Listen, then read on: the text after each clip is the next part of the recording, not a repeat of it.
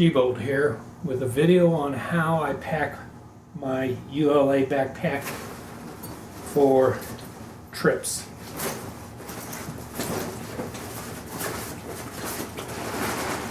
Inside the ULA pack is a trash compactor bag, so I make sure I flatten that down a little bit. I usually start out then on the other side with my tarp and its stuff sack, and I work that on the side of the ULA pack so that it gets trapped in there, but I can work it pretty easily with nothing in the pack. So it's one of the first things that I try and do. If it's raining, sometimes I have to switch it up and try and make the best of it. Try and get as many strings on it as I can. And then I have some clips here. So ultimately I tie this off to make sure that if it were to slip, it's not going to fall away and I'm not going to lose it. And then I clip that onto a S-beaner so that it's protected and in place. And I start the process of stuffing the inside. I take whichever quilt is the out-of-season quilt.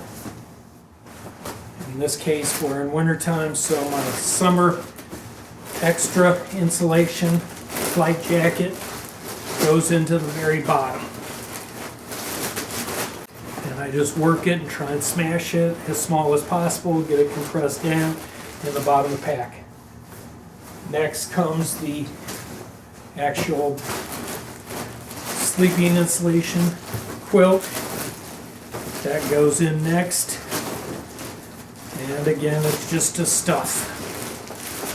And that takes up a great deal of space, that one right there. And I just keep working it into the bottom of the pack, trying to compress down as much as possible. And then finally, I finish with the under quilt insulation.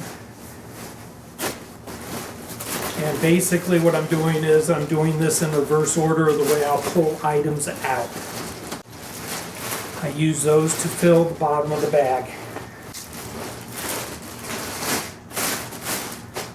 Next comes my sleep and spare clothes bags.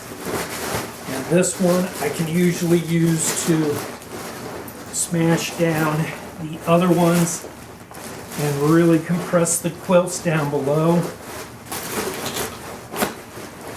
and really fill in the space and use that to push the others down.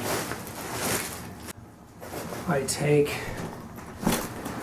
the emergency first aid kit. It's usually not out once I'm on the trail, but it has its own pocket right here. So I squeeze the air out and I collapse it as much as possible. It has a pocket built into the ULA pack, and it stays in there except when I pull it out and when I need it.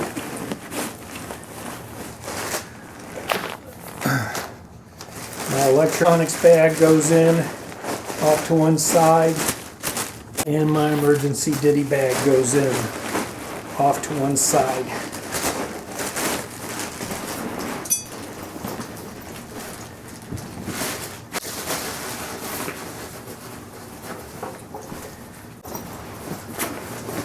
Next comes my cook set, and usually it's put away after the meals and it stays in the pack. Basically, form a little pad. The Bic lighter goes underneath the fuel canister, and then the fuel canister gets dropped into the Toke's pot, and then I fold in two sides. I put in the micro rocket stove and make sure it's all flat. Put the lid on. Take my Sea to Summit cup, collapse it, store it on top, close the handles, use the stuff sack that it comes in, and then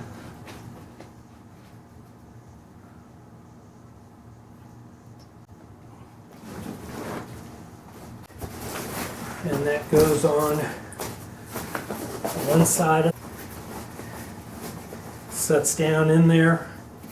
Again, I take it through one of these straps, and it has a beaner hook that serves other purposes in camp, and hooks on so that I know if it pops out, it's not going anywhere. I can go ahead and do my water. Sawyer squeeze. In the wintertime, of course, that goes in your pocket.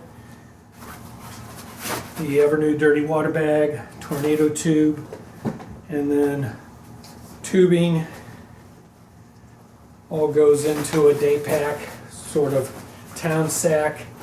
I cinch it off, force all the air out, and I actually wrap it, and then that goes next to the pot, jammed in there so that it can't go anywhere. And I pull a little bit of string out, and I loop that on the same beaner so that I'm double protected. If it should pop out, it'll stay attached. The water bottle system I use is simply to slide it over there. I slide the hydration tube through, and then I cinch down on the bottle.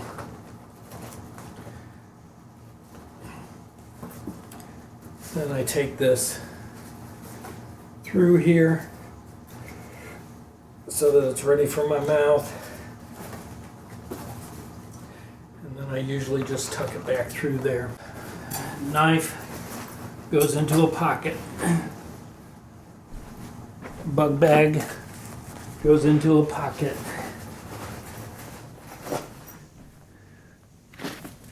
Petzl headlamp goes into a pocket. Buff goes into a pocket.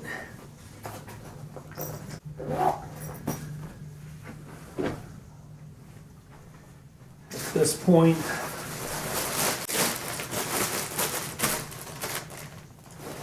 if this is dry, which it almost always is, I'll put it inside the bag.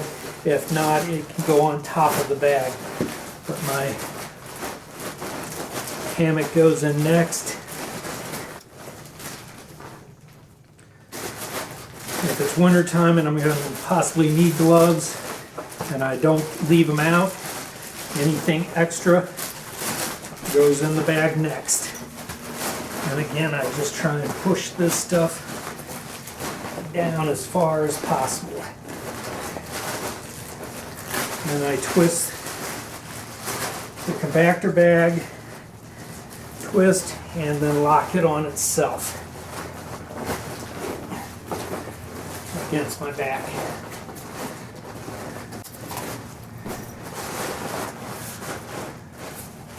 Okay, on top goes my food bag.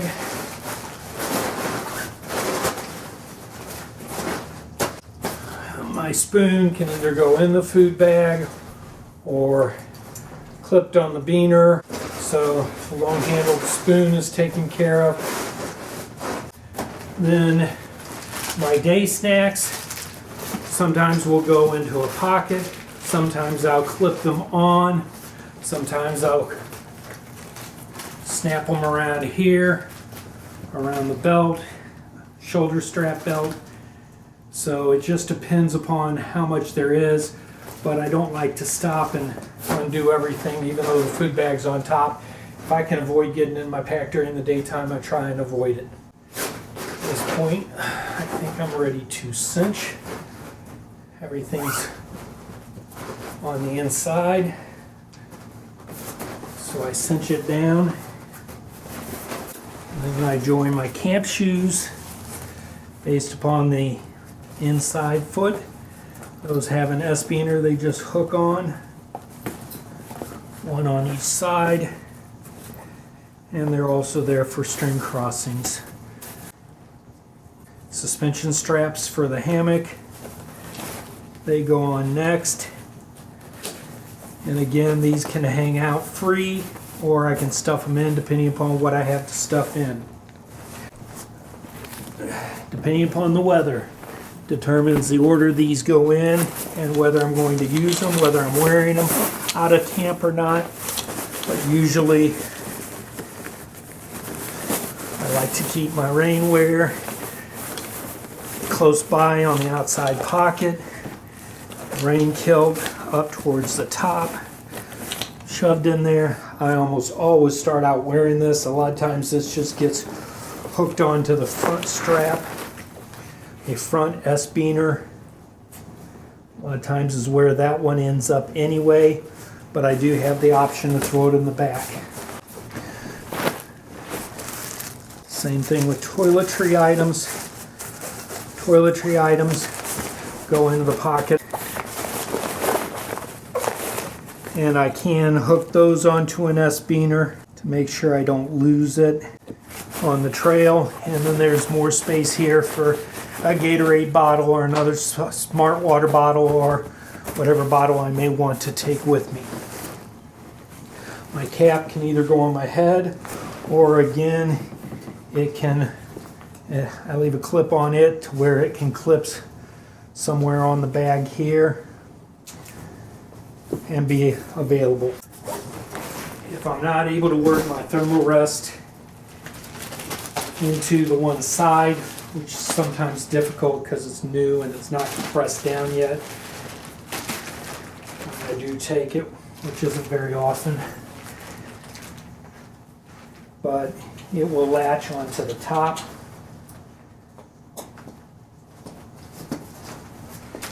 And then it can be cinched down. And then my sit pad rides between the shoulder straps on the back of my neck. And if I don't trust it, I've got an S-beaner or a little clip on it to clip it into the hanger strap. Wallet goes in my pocket. And one of the nice things about the ULA is that the ULA pack has space here where you can put your trekking poles and travel with them. I hardly ever use it unless I'm getting in a vehicle because I'm usually carrying these. Although I do have a mechanism that I occasionally use when I get tired of them and I just want my hands free. I do have a system here whereby I can clip them onto little S-beaners on a D-hook where I hook a lot of other stuff and carry them next to me. So that is my ULA packing system. Again, everything has a place for everything. And when I get to camp and do a pack explosion, it's very simple. Everything I need is on the outside, ready to access, ready to hang, and ready to go. So I truly love the ULA Ohm pack.